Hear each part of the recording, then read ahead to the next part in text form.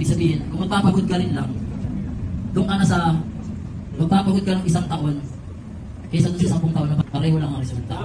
Sa 1 taon, kikita ka ng 1 milyon, at meron din isang option na 10 taon, kikita ka ng 1 milyon. Saan mo gusto?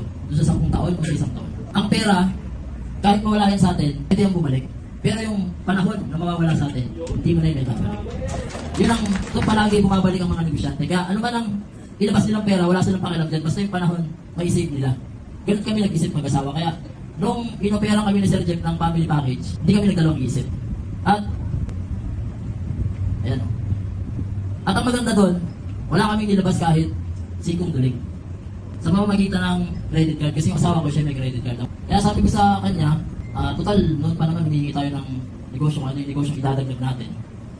Tama-tama dumating sa April. So para siyang ibinigay ng Diyos sa amin. Kaya yung 400,000 na ibinili namin ng products, in just 2 months, awa ng Diyos, bumalik siya kami. So maganda po ba yung ano? Magandang lalaki po ba ako? Ito na.